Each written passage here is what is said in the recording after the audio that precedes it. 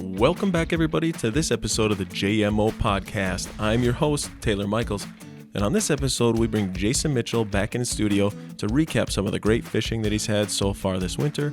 We find out where the next couple episodes of Jason Mitchell Outdoors are going to be filmed, and there's a lot of ice season left, so I pick his brain on where and how we can all be targeting bigger fish the rest of this ice fishing season. You're not going to want to miss what Jason has to say on this week's podcast.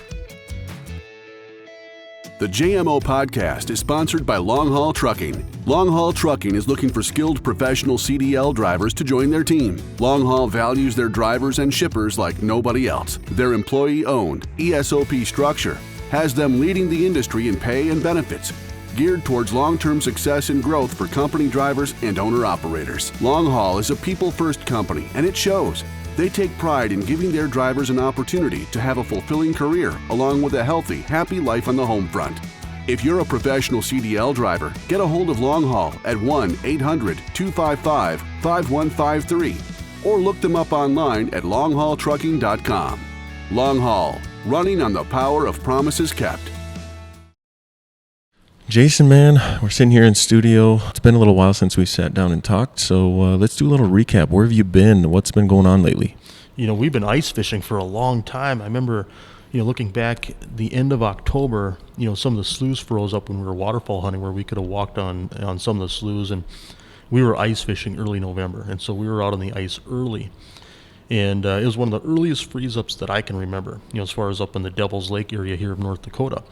But we've been fishing ever since, and then it got warmer, and so we were hung up on 7 inches, 12 inches for a long time. And what's crazy about this winter is there's so many places where they didn't even get ice. Madison, Wisconsin, they're not fishing yet. Michigan, they're not fishing. There's so many places where people are waiting for ice. And I just heard some reports from northern Iowa where people are getting out down there. Out here in the Dakotas, we've got good ice, good enough to drive on a lot of lakes, and not a lot of snow. But you look in northern Minnesota, where we just came from here, we were there 10 days ago. Oh, goodness, 7 to maybe 12 inches of ice and 7 to 12 inches of slush, and then snow on top of that. It was gnarly, So there's a lot of places where people can't get out because of no ice, and there's other places where people can't get out realistically because of the slush, unless you have a snowmobile. And even then, you're pinned down and trying to find a high spot to stop or land. And so, yeah, we've been northern Minnesota near Reamer. We filmed a crappie episode here not too long ago. That just went hot on YouTube here just today, actually. And we were in Mobridge, South Dakota last week for that big Mobridge ice fishing tournament. Awesome event. First time I've ever been down there. That was cool. What was it? 525 teams, 2-person teams. Yep. And 1 out of 3 people, it seems like, won something. And what was cool is that there's a 37% chance of winning, a pretty big item in the sense that it's a $150 ticket to get in. 37% of the people won something that was worth more than $150. So many awesome prizes down there. Yeah, we're talking Aluma trailers, we're talking Ice Castle fish houses, we're talking Vexilars. I mean, you name it. 4-wheelers, TVs, tackle. It was unbelievable. There were a lot of happy campers down there. Yeah, that was a really cool. So trip. you say you catch your fish, that's great. You got bragging rights, but if you don't catch any fish, you go in there and win something, you're still having a great day. And so you can see why that's such a big deal down there. What have been some of the notable bites that you've been on so far? Well, we did something back here at home. We filmed an episode over on Stump Lake here not too long ago, fishing the deep flooded timber, which I think is kind of a cool pattern. Fishing flooded timber, flooded trees, and 35 to 42 feet of water. You don't see that every day, and it's something I've wanted to do for a long time as far as film it and kind of showcase that. And obviously the stuff that we film around home here in Devil's Lake, those are kind of the easy bites for us because we live here. But, we filmed on Devil's Lake. We went down, another really cool deal was we went down to Lake Onalaska, Mississippi River backwater near La Crosse, Wisconsin, hung out with, a bunch of really cool kids from the University of Wisconsin La Crosse fishing team. Great group of kids. I mean, that was cool. We slept in a dorm room the night before. Oh, you're not supposed to tell people that. It's been, 25 years since I've been in a dorm. So, yeah. I mean, that was cool. I mean, just these great kids, they just opened up everything they had to us, and we could have got a hotel, but these kids are offering it, and you know what? Yeah, I mean, we're gonna we're going to fish with them. We're going to sleep in the dorm. And it was just cool. You know, we got the full college experience. We did. And talk about a bunch of great kids. They really were really good kids, good anglers. And, you always hear about millennials and safe spaces and snowflakes melting. And, not every college kid is like that. You watch CNN and no, not every college, not every person that goes to college needs a safe space. These are good kids, and there's a lot of good kids in the fishing world, student angling stuff. I mean, we're seeing all kinds of people that, you know what, these kids 20 years from now, they're going to really be somebody. You can just tell it by how they do things. Yeah, and they talked about, the value added to their lives and, meeting their life goals being on this fishing team. They're just learning a lot about how to become men and women. They're both men and women on that team. That was pretty cool. That was, and one of the things that struck me when just talking to these kids is they're talking about how a lot of the things that they learn fishing or they take away from fishing can help them with their careers or help them with other things in life, whether it's time management in a tournament, being detail orientated, doing your homework and being prepared. All these different things that help you excel on the water with fishing, no doubt carries over to any corporate job, to any entrepreneurial job. I mean, it's just life lessons, I guess, that I never really thought of it before, but fishing can teach you a lot that can help you in a lot of different ways. Yeah, that was a really, really fun trip. What are some of the patterns that we were taking advantage of that are transitioning right now? What are some of the good patterns that are happening right now? Well, what's interesting about this year is that we've been working for it. Yeah. I was joking with somebody the other day where I don't know if I've caught a really big fish, or I don't think I've caught two big fish out of the same hole. And what I mean by that is that, we've been filming stuff and we've been grinding, and I mean, there's a lot of days where we've drilled a lot of holes. And at the end of the day, we caught a lot of fish. They added up, but it's one here, one there, one deep, one shallow. I mean, they're just all over the board. I think Stump Lake was the only situation where after narrowing it down, we could hunker down in a couple holes because we were fishing flooded timber, we were fishing a brush pile. But you look at, like, we were on Lake Audubon, early ice, western North Dakota or central North Dakota, and we drilled a lot of holes to get on those fish. And it was clear sky, middle of the day type stuff, and that's expected. But, even like when we were in northern Minnesota, especially around here on Devil's Lake, we've been drilling a lot of holes. And you just haven't, I myself just haven't had too many opportunities where I could just drill a couple holes and just sit and wear them out, especially with nice fish or big fish. I just, one here, one there. And so, that's, and I guess that's, maybe it's just me, I don't know, but, that happens with ice fishing. Is you gotta be, prepared to work some days or work harder some days. And, and if you got to drill 50 holes, if you got to drill 100 holes, I think in northern Minnesota, in 2 days of fishing, when, we were looking for crappies up there, I know we drilled, between two of us, oh my goodness. Yeah, it was bananas. I mean, it was like 300 holes. Yeah, that's just all we were doing. I mean, you guys were just going hole to hole. You didn't even fish probably 30% of those holes. You were just checking them and going. We were just dropping the Vexlar down and seeing if anybody was home. But but we fished at least half of them. We put a Vexlar transducer down all of them. And so, and granted, a lot of days when you have to drill that many holes, those are your tough days. The best days you ever, people always talk, you got to drill a bunch of holes. You got to drill a bunch of holes when you're not on fish or when you're looking for them. When you find them, hopefully you're drilling a lot fewer, Best days I've ever had is like a day I could drill one hole and sit there all day. Yeah. Those are fun. Yeah. We haven't had a ton of consistent weather. I mean, we've just had a lot of fronts all across the Midwest. I mean, if Minnesota's getting a bunch of wet snow, North Dakota's 20 below zero. I mean, the wind's blowing. What are you translating into some of these bites? Oh, I don't know. I mean, I don't think the fish really care if it's cold or warm. Obviously, there's gray days, there's clear days. There's days where there's good visibility, days where there's high sun. I think those are the factors that matter more. And obviously you've got full moon and new moon. I think that makes a difference sometimes in some fisheries. But it's just a matter of just putting in the time, and figuring things out. But I mean, I don't follow some of that stuff as close as a lot of people, like east winds and all this kind of stuff, because, just from my past, I guess, as being a fishing guide, I had to fish every day, okay? And I couldn't just book clients on, 5 days out of the month. We were booked solid. We'd go every day, and and maybe get a day off here and there just to kind of patch up your gear and pay some bills and go into town, before the bank closed. But it's kind of a deal where at 5:30, 6 o'clock in the morning, I'm upbeat, I'm ready to go. And if it's going to be a bad day, I don't want to know about it. So, I always figure, they're going to bite somehow for somebody every day, and hopefully, I can figure it out. And I can't tell you how many days I went out where I thought it was going to be a great day, everything was perfect by the book, and it ended up not being such a great day. And then other days you think, boy, today is going to be tough. You're driving out on the lake thinking, boy, today is going to be a tough day. End up being a great day, so you just got to go out and fish. Don't make excuses not to fish. Just if you can, fish. Yeah.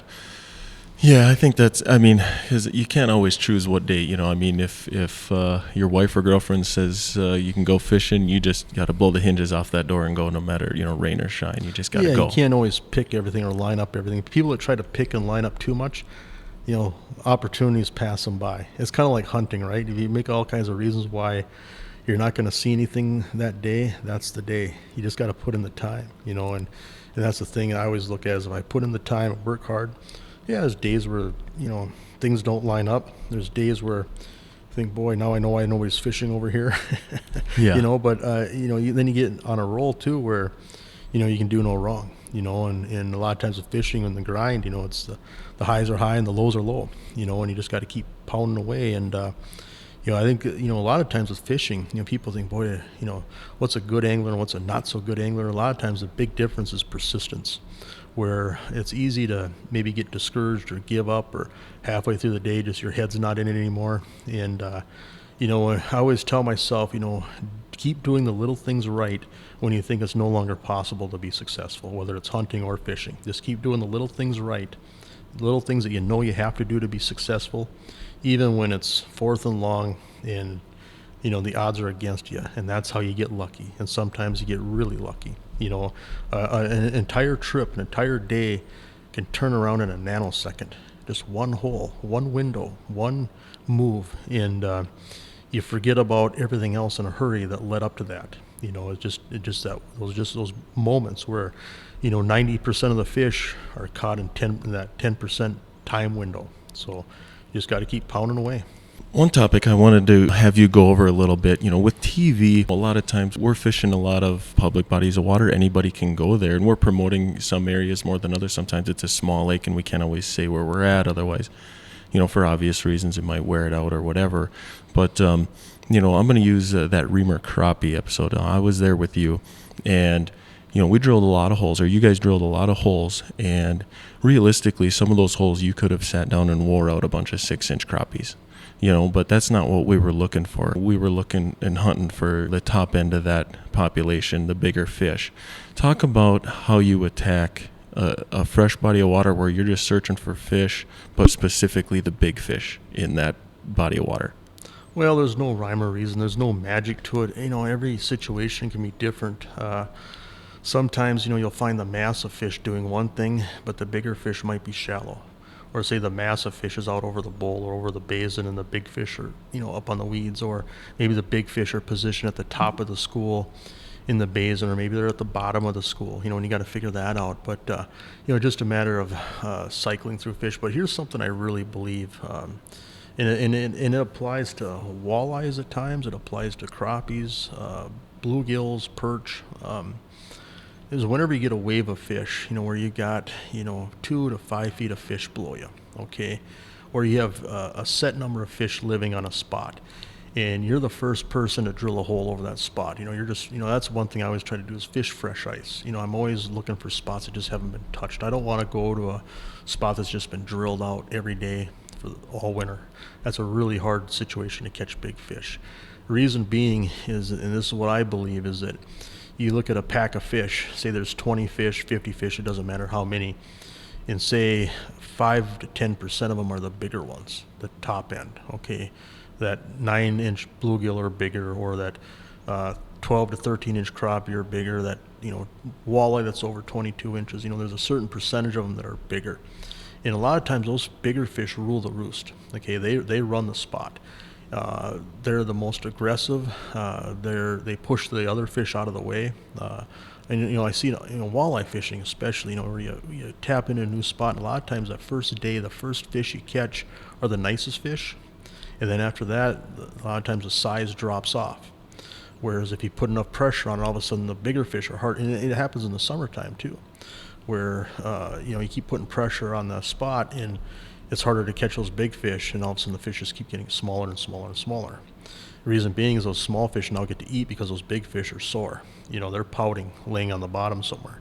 And so a lot of times, even like with crappies, a lot of times the first few fish we pull off a school, especially off the top of the school, if you can get those fish to rise, a lot of times those will be our bigger fish. And a lot of times with crappies and bluegills especially, they'll lift higher out of the pack. They're faster. They'll lift higher. I mean, you take a 4-inch bluegill, a 5-6-inch crappie, they don't like to leave the safety of the pack. They'll come up a foot or two and then they dart right back down. They just don't like to expose themselves. Whereas that bigger crappie has no problem lifting 3-4 feet above the pack. He feels safe. He doesn't feel like a bait fish, and they rule the roost. And so that's something too to consider, is that a lot of times your first few fish you're going to catch are going to be a lot of times the nicer fish. And then as soon as you start catching smaller fish and they start getting harder to catch, make a move. It doesn't have to be far, especially if you're fishing a basin. It could be 10, 15 feet away. It could be 20 feet away. Just get on a new pot of fish. And a lot of times, before you wear out your welcome, those first few fish you catch are a lot of times be your bigger fish, as a general rule of thumb. What do we got coming up? What is some stuff you're looking forward to? Talk about some bites that you got coming up that you're anticipating or you're just prepping for. Well, I'm going to be doing a lot of fishing on Devil's Lake, obviously, and one place we're going to be going here soon is Lake Winnipeg. I love Lake Winnipeg. Anybody that's ever been up there, I mean, it just, you start talking about Lake Winnipeg, they get stars in their eyes. I mean, it's just, oh my God. I mean, it's just, yeah, I mean, I've seen some incredible things. I mean, not just the size of the fish, but how you can catch them, whether it's using the big bold rattle baits, or like last year we were fishing these big flutter spoons and we were just working them. And I mean, we were having, big walleye just hitting them right off the bottom. Imagine ripping a big flutter spoon that feels like you're jigging a daredevil. You're lifting it up 3 feet and dropping in the mud, in a 7-pounder bigger walleye is just on it. I mean, the rod just bends. I mean, they just mug these spoons. And so, I mean, there's times where you got to scale down to rattle spoons and or just use a salted shiner on a dead stick even. I mean, there's days where the fish are off, but boy, Lake Winnipeg is special. And love going up there. It's not that far from here where we're at in North Dakota here. I mean, goodness, 3.5 hours we're across the border and checked into the Canolta and Selkirk. So I mean, it doesn't take much to get up there. But that's an incredible place. Coming up here, we're going out to Cascade for those big perch out in Idaho. Always wanted to do that. Not just with fishing, I mean, wherever you go, you got to drive by fish to get there, right? I mean, we've got big perch here in the Dakotas. Realistically, we're going to go out there and hopefully catch, big perch out there, and they'll probably look just like the perch we have at home here, but it's the people you meet along the way. It's the scenery. It's all these different places you get to see, these towns you drive through. I mean, it's just the experience of it all. And so we're going out there, meeting up a bunch of guys, ice team guys, and good group of guys we're going to be fishing with. And I've just seen the pictures out there. It just looks like a beautiful place in the mountains. It's going to be cool. And so looking forward to that. But obviously we're going to be getting over to Minnesota. I know we got Mille Lacs coming up here for the Ice Team University. I love fishing Mille Lacs. I don't care if I can't keep. I mean, keeping fish means nothing to me. I get to look and touch enough of them where, I get to eat plenty of fish. I mean, I'm not out there to, to fill my freezer. I just like to touch them and play tag with them. Yeah, so. Yeah. Mille Lacs is one of those special places. I mean, that's one of those places that should be on everybody's radar, I think. Well, yeah. I mean, it's. I think the rap that Mille Lacs gets is comical because, I mean, you look at fishing as a whole, right? I mean, when you look at how much boats cost, you look at how much, side-by-sides cost and all the gear that we have, and, and it's you look at the connection that people have with fishing and just the passion that people have for it. It's going out on a beautiful lake, beautiful body of water, and a lot of times you're trying to figure out the patterns and you're figuring things out, you're catching some fish, and there's a great satisfaction that comes from figuring out a bite and catching fish and getting even, right? And there's enough humility where sometimes you don't figure things out, and then you when you get back on them, you're mad at them, and it always feels good to get even. But yeah, I mean, Mille Lacs is a place that you can go out and just catch a lot of fish at times, a lot of nice fish, and at the end of the day, I can go in a restaurant, eat a steak or a burger, and no blood, no foul. Yeah, it is. It's such a good location. Well, for a lot of Mille Lacs people, you look is, at how far it is from Minneapolis. I mean, it's a. Do I drive to Mille Lacs and wear myself out catching a bunch of nice fish and eat a burger at the end of the day, or do I drive up to Red Lake and keep fishing? And keeping fish is great too. And going to destinations where you can keep fish is fine, but given the restraints and the logistics and just the time that people have, driving an hour to get to Mille Lacs for a lot of people, is doable on a lot of weekends, on a lot, you can go out there after work for a lot of people, whatever, because you look at how many people live by Mille Lacs, and so, yeah, if I had my druthers, I mean, I'd rather fish Mille Lacs 5 times versus driving up to Lake of the Woods once. As far as, if I had a limited amount of time and I lived in the Minneapolis metro, so I can see the appeal to it. I mean, there's a lot of people who absolutely love Mille Lacs, and good reason why. I mean, you wonder what Mille Lacs would be like if it was in Ontario or somewhere far enough from people where it was just, yeah, a little bit of that less pressure and all that. Oh my gosh, that would just be. Talk about some of the patterns that you're going to anticipate here in a few weeks when you're over there for the university. What are some of the things that those guys are going to touch on? Boy, it's hard to say. The neat thing about Mille Lacs is there's shallow fish that probably fly under the radar the most, as far as shallow fish being less than 10 feet of water along sand and weeds.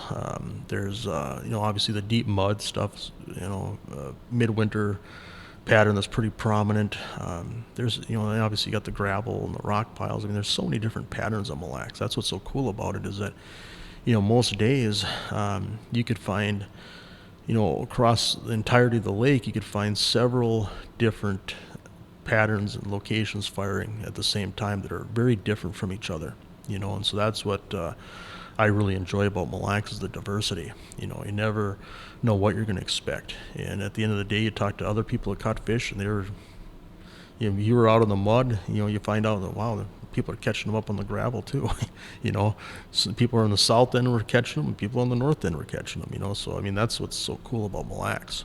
Yeah, let's talking about the condition of Devil's Lake. We have good ice. Getting around is pretty good. What are some of the patterns going on right now on Devil's Lake as far as perch and walleyes?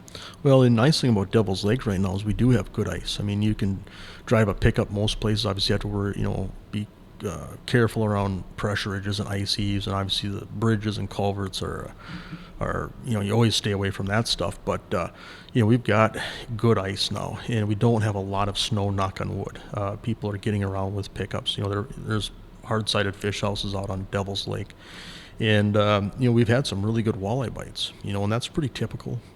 We always have good walleye bites in the wintertime, it seems like, if you look for it. But that shallow being that maybe 7, 9 to 12, 14 foot sand points. Maybe there's a little bit of rock or timber on it, makes the spots better. But then the deep rocks are starting to fire up too, and there's some flooded timber stuff that's good. Out on the main lake, a lot of times it's morning and evening, but you get up in like Irving and Alice, that's been really good here lately, and that's a 5 to 6 foot pattern along the old shoreline when there's rock, and those fish bite during the day. So there's a lot of good walleye stuff happening, especially the perch are deeper. A lot of times sunny days are better. When we filmed over in Stump Lake, we were fishing flooded trees, but just that deep contour that's 25 to out to 45, 50 foot of water, that transition is where these perch are running. Talking about Stump Lake, people should go check out that episode. That was a lot of fun. Fished with a young guy, Zach, at Perch Patrol. It was just a fun day. It was a little bit cold and windy out there, but just a fun day. But we also, when the cameras weren't rolling, we had some pretty cool conversations talking about the history of Stump Lake and some of the old stories. When Stump Lake was filling up with water. I was hoping I could get you to talk a little bit about Stump Lake back in the day. Well, Stump Lake's a neat lake because As far as I know, I thought I'd heard or read that now Stump Lake is the deepest natural lake in the state of North Dakota. I don't know how deep Stump Lake is, but it's deep. East Devils Lake, it was 57 feet when the water was the highest, so now it'd be about 53 feet. Stump Lake's even deeper than that. You know, what makes Stump Lake unique in my mind, not just the depth, but, you know, back when the lake was lower, before it was connected to Devil's Lake per se, when it was a separate lake, they put perch in there. I don't know, it's quite a few years ago now. Maybe, I'm guessing, 20, 25 years ago. And the water was really brackish. It had a lot of dissolved minerals in the water. And so at first, you know, the fish, you know, didn't reproduce well, but they put perch when the water started to come up. You know, just this big canyon, like a big gulch with a bunch of big, tall hardwood trees, you know, all along it. I mean, just looked like just the most beautiful deer hunting habitat you could imagine. And there's a Stump Lake Wildlife Refuge, and there's a park, you know, a couple of parks there, and then one summer, goodness, it was probably, I don't have my dates right here, but it must have been 8, 9 years ago, something like that. Stump Lake, or Devil's Lake, got so high that East Devil's Lake ran over into Stump Lake, and they became connected. Okay, and so a lot of water ran into Stump Lake that summer. I mean, an ungodly amount of water. Where Stump Lake rose, I mean, it was like 20 feet in 1 year. Okay, and what's so unique about that is that when Devil's Lake rose, you know, it came up 2 feet, then it came up 3 feet, maybe 4 feet, then a foot. It came up in these increments, and obviously there's a lot of trees that were flooded in Devil's Lake too. But every year when the ice goes out, the ice would knock down a lot of trees. And so like on Devil's Lake, we don't have 90% of the flooded timber that we used to. It's still laying on the bottom, but it seems like once the ice knocks it down and stuff, it floats around and ends up washing up on shore. And you know, the trees aren't standing anymore. They just get tipped over. Where Stump Lake came up so fast that once those trees are completely underwater, the ice doesn't move them anymore. And those trees they'll last forever. You know, you look at the trees that are flooded on Sakakawea or Lake Oahe next to the old river channel, where they've been covered up, and, you know, most years during full pool, those trees will be covered up by 60, 80 feet of water. Then when the lake goes down, you know, there might be 30 to 40 feet of water, and they're good fishing spots, you know, when the depth's right. But once those trees get covered up, and you don't have to worry about the ice knocking them down, it's like they stay there forever. And so Stump Lake is like that. There's a lot of deep timber, deep trees that the water came up so fast that the ice never knocked any of it over. And so there's a lot of flooded trees and flooded brush piles in Stump Lake that is pretty important for fishing, you know, especially for the perch. You know, you find these brush piles, and that's where these perch are living. And so kind of a neat situation, you know. I mean, how many places in the world do you catch these perch and, you know, that deep water and flooded trees? In the summertime, I've been over there where we were catching walleyes and deep flooded trees where they're 20 feet off the bottom, you know, suspended in the branches. You know, so just some bizarre patterns that are kind of unique, I think. Yeah, I think that stuff's really cool. Let's finish this up with some fishing opportunities right now, or even the remainder of this winter, that people aren't maybe thinking of that they should be thinking about. Well, you know, one thing that strikes me is that there's so many places here in the Midwest where early ice might be February 1st. Okay, when you think about it, I mean, whether it's southern Wisconsin, northern Illinois, you know, we've got cold temps in the forecast now. You know, a lot of times, you know, in Michigan, you know, there's so many places where people start getting out on the ice early January, you know, end of December. This year it might be 3 or 4 weeks behind. Okay. But in my mind, you know, when it comes, it's going to be good, because those fish haven't been touched for a long time, you know. And you know, there's going to be a lot of stuff opening up. Even, you know, places in Minnesota where there's not a lot of ice and there's a lot of slush on the ice. For example, in the Minneapolis Metro, you know, they don't have hard-sided fish houses out yet. You know, I mean, there's a few brave people starting to drive pickups, but it's, you know, it's been mostly, you know, snowmobile, or, you know, a lot of people just aren't getting out. And so it's really capped off the fishing pressure. And so we're going to get these cold temps now where, you know, people are going to start getting out for the first time. And obviously when you can get out for the first time and get on spots for the first time, it's going to be good. You know, and so I think that's what we're going to see this winter, is that what normally happens, what would normally have happened, a month ago, 3 weeks ago. We're sitting here in the middle of January, almost February. It's just going to get pushed back. But so there's going to be a lot of stuff that's going to open up that, there's going to be a lot of people that haven't been able to get out yet that are going to start getting out. And these spots are going to be pretty rested up. So I think that's going to be, something that kind of makes it, every winter's unique, but that's what's going to make this winter unique, is that there's a lot of people that have been waiting, and over the next couple of weeks, they're going to get out. They're going to get on some good bites. Awesome, man. Well, Jason, thank you so much for the time. We'll do it again soon.